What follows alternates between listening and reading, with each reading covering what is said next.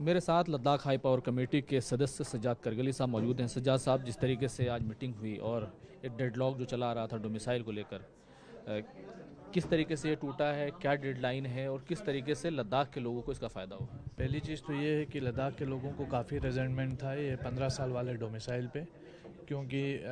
लोगों को लग रहा था कि अगर 15 साल के डोमिसाइल की हम बात करते हैं तो सन 2001 से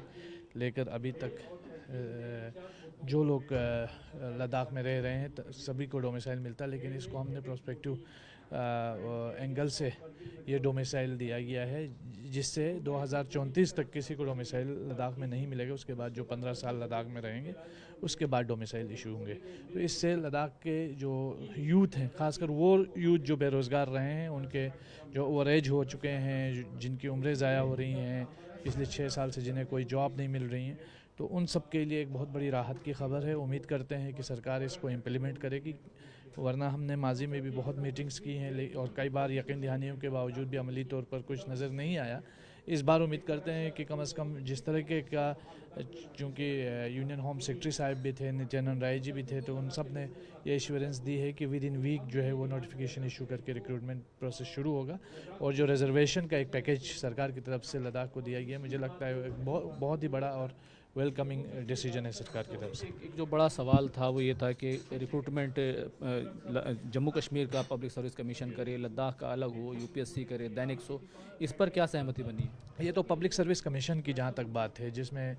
Ladakh administrative service, Ladakh police service और लद्दाख फॉरेस्ट सर्विस में, उसके हवाले से तो लद्दाख के लेपेक्स बॉडी और केडीए ने जो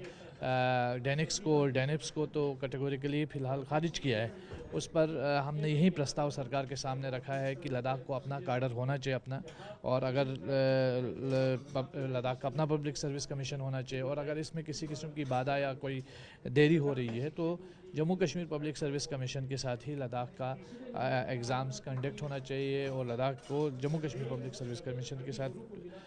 जो है वो मिला करके, जिस तरह हमारा हाई कोर्ट कॉमन है, जिस तरह हमारा बैंक कॉमन है, इसी तरह लद्दाख पब्लिक सर्विस कमीशन भी लद्दाख और जम्मू कश्मीर के दरमियान कॉमन हो। क्योंकि हम देखते हैं कि अगर जम्मू कश्मीर के जो काडर के लोग जो है वो लद्दाख में काम कर सकते हैं, तो लद्दाख के लोग भी जम्मू कश्मीर में काम कर सकते हैं। लेकिन एक अहम सवाल ये है कि अब क्योंकि डोमिसाइल का इशू सॉल्व हो गया है, रिक्रूटमेंट शुरू होगी, तो फौरी तौर पर ये रिक्रूटमेंट कहाँ से होगी, कौन सी एजेंसी करेगी? ये यूपीएससी के थ्रू कंडक्ट कराई जाएंगी, ताकि जो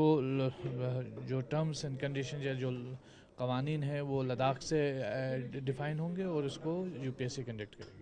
अहम सवाल जो था कि जो स्टेटहुड का इशू था और 6 शेड्यूल का इशू था, क्या इस पर चर्चा हुई है या कि चर्चा होनी है, तो कोई प्लान तय हुआ है? मुझे लगता है कि रिजर्वेशन और डोमिसाइल के बाद जो अगली हमारी मीटिंग होगी वो पब्लिक सर्विस कमीशन और फिर स्टेटहुड और 6 शेड्यूल के मुद्दे पर होनी चाहिए। ये 1 महीने के अंदर अंदर सरकार की तरफ से कहा गया है कि वो नोटिफिकेशन इशू करेंगे और डेट का ऐलान करेंगे। अच्छा, ये जो प्रोग्रेस हुई है डोमिसाइल को लेकर, इससे क्या लद्दाख के तमाम लोग मुतमईन हैं? क्या केडीए और ले अपेक्स बॉडी उसके लोग मुतमईन हैं, दूसरे लोग मुतमईन हैं? लद्दाख के लोगों ने काफ़ी स्ट्रांगली 15 साल के ऊपर ऑब्जेक्ट किया और तमाम लीडर्स ने इसको लेकर के स्ट्रांगली रिजेंटमेंट शो किया, लेकिन चूंकि कैबिनेट से अप्रूव हो चुका था 15 साल, तो अब ये डिसाइड किया कि जो 15 से आगे 30 साल बढ़ाने के लिए जो हमारा प्रस्ताव था उसके लिए सरकार कंसिडर करेगी। मीनवाइल ये जो 15 साल वाला डोमिसाइल है इसको इशू किया जाएगा और इसको प्रोस्पेक्टिव मैनर में इशू किया जाएगा, यानी 2034 के बाद जो है वो डोमिसाइल्स लद्दाख में दिए जाएंगे। तो देखिए, लद्दाख में अगर बाहर के लोग हैं और जनरल कैटेगरी में हैं तो डोमिसाइल अगर वो लेते हैं तो फिर उनको 2034 के बाद जो है